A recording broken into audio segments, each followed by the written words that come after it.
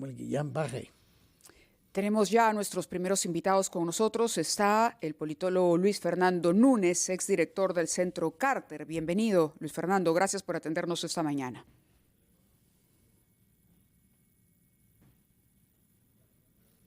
Luis Fernando Núñez, politólogo, sí, está con nosotros, exdirector del Centro Carter. Luis Fernando, muy buenos días.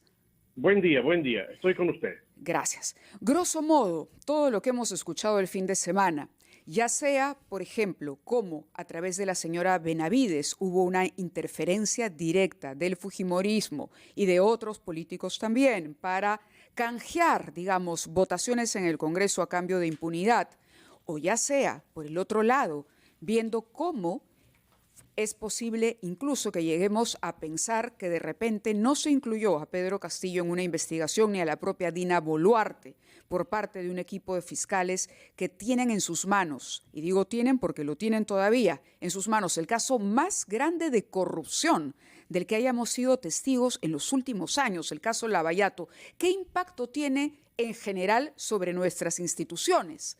¿Cómo afecta esto al Congreso, a la Fiscalía y a la propia Presidencia de la República?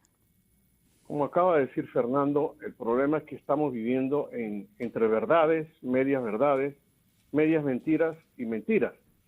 Y casualmente estas vacaciones han servido también para que uno vea desde afuera lo que está pasando, y es lo que dice todo el mundo, como un país con tantas posibilidades está de esta manera empantanado.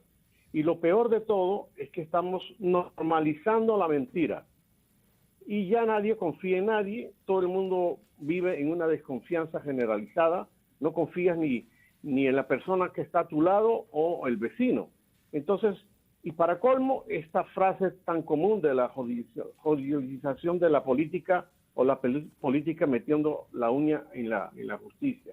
Y como tú dices, Mávila, la justicia tiene que ser para todos, sin corona.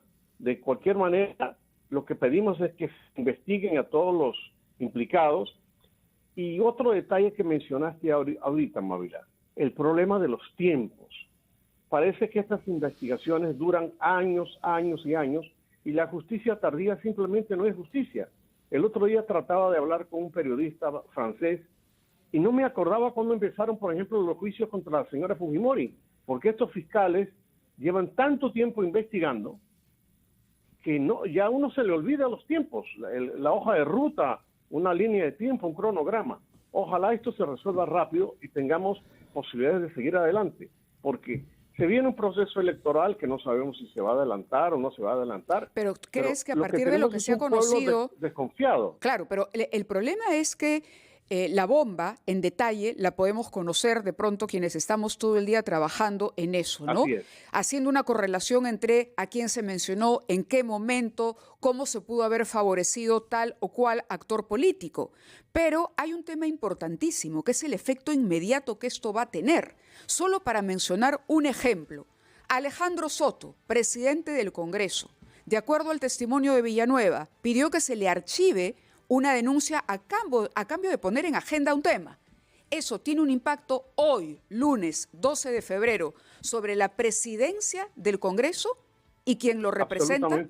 Por ejemplo, te dejo esa pregunta, ahí porque sobre otros también caerá la misma interrogante, pero debemos cumplir con la pausa a las 8:15. Sí, con relación a la... Claro, muy grave. Sí. Muy grave lo que tú comentaste del presidente del Congreso, porque no es solamente la persona, es la institución del Congreso. Entonces estos dimes y diretes, estos toma y dacas, esta petición de favores, archívame por aquí este expediente, reactívame por allá el otro. Francamente estamos frente a un abanico muy tóxico. Claro, uno siempre también pone en duda algunas declaraciones de los aspirantes o los colaboradores eficaces, porque luego pasa el tiempo, como pasó con Bruno Pacheco y con otra gente, y la cosa se olvida.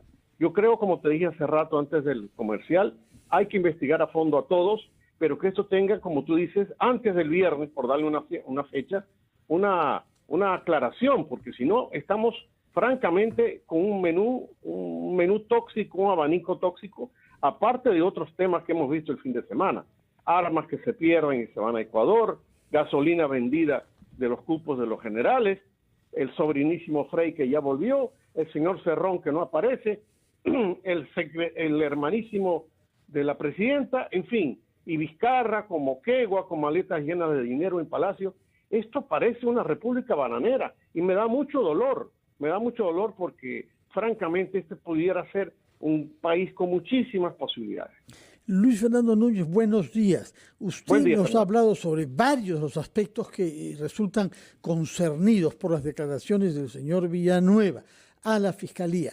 Pero yo quisiera justamente evitar todo riesgo de que no veamos los temas de fondo, porque hay demasiadas personas y demasiadas maniobras, demasiadas intrigas, y uno se puede perder fácilmente priorizando uno, presentándose como víctima. Bueno, y por eso quisiera preguntarle algo en su calidad de comparatista con lo que pasa en otros países que han tenido problemas semejantes con la corrupción y con las fiscalías. El caso de Guatemala quizás es el más extremo, pero no es el único, y tenemos el cercano del Ecuador.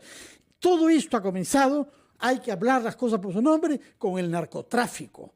El problema inicial de la señora Patricia Benavides es haber favorecido a su hermana que estaba viendo temas judiciales de narcotraficantes. Y eso nos conecta con el tema de base, que es los cuellos blancos del puerto. Yo por eso quisiera que nos diga una palabra sobre ese tema de trasfondo, que es el de la criminalidad organizada, que tiene muchos titiriteros, pero que permanece como el tema principal que debemos abordar, para que no nos pase como el Ecuador, que descubramos un día que el Estado mismo se puede hallar en manos de bandas de criminales. Coincido perfectamente contigo, creo que estamos viviendo la narcopolítica y estamos viviendo el terrorismo ciudadano. Esos dos elementos que en los últimos meses nos han hecho tanto daño en los distritos más emblemáticos de Lima, se traslada también al interior del país. El estado terrible en que vive la gente en la libertad, que parece casi una franja de Gaza del terrorismo urbano y de la delincuencia común. Y como tú dices, los nexos del Tren de Aragua y de otras maléficas organizaciones criminales donde hay políticos involucrados y que nos dejan muy mal parados. Si nosotros vamos a vivir la terrible situación que acaba de vivir y que sigue viviendo el Ecuador, alguien tiene que ponerle fin. Y mirando un poco en perspectiva al 2026, parece que vamos a tener algo así como 32 partidos inscritos. Uno se preguntará, ¿cuánto dinero mal habido ingresará a la política de la campaña electoral en los próximos meses? Y veo que tienes ahí dos invitados de lujo. Carlos Rivera, hace mucho tiempo que no lo veo porque le tengo muchísima estima, y nada más y nada menos que Juan de la Puente, uno de los alentadores del Acuerdo Nacional. Yo me pregunto, ojalá pudiéramos volver a reencontrarnos en un gran acuerdo nacional, porque si no, este barco se va a hundir y nos hundimos todos con ellos. Pues muy bien, Luis Fernando Núñez, recuerdo que usted es un internacionalista que llegó al Perú hace más de 20 años, justamente cuando hubo una transición importante y un acuerdo nacional importante, jugó el papel ahí, y que ha podido observar nuestro país los últimos 24 años viviendo acá, pero con la perspectiva que le da compararnos con evoluciones similares en otros países. Retenemos esa imagen de evitar que el barco Perú se hunda en esta, digamos, mazamorra general de intrigas y de oscuridad. Mávila, pasamos a nuestros dos invitados presentes. Así es, agradeciéndole a Luis Fernando su participación en el programa. Está con nosotros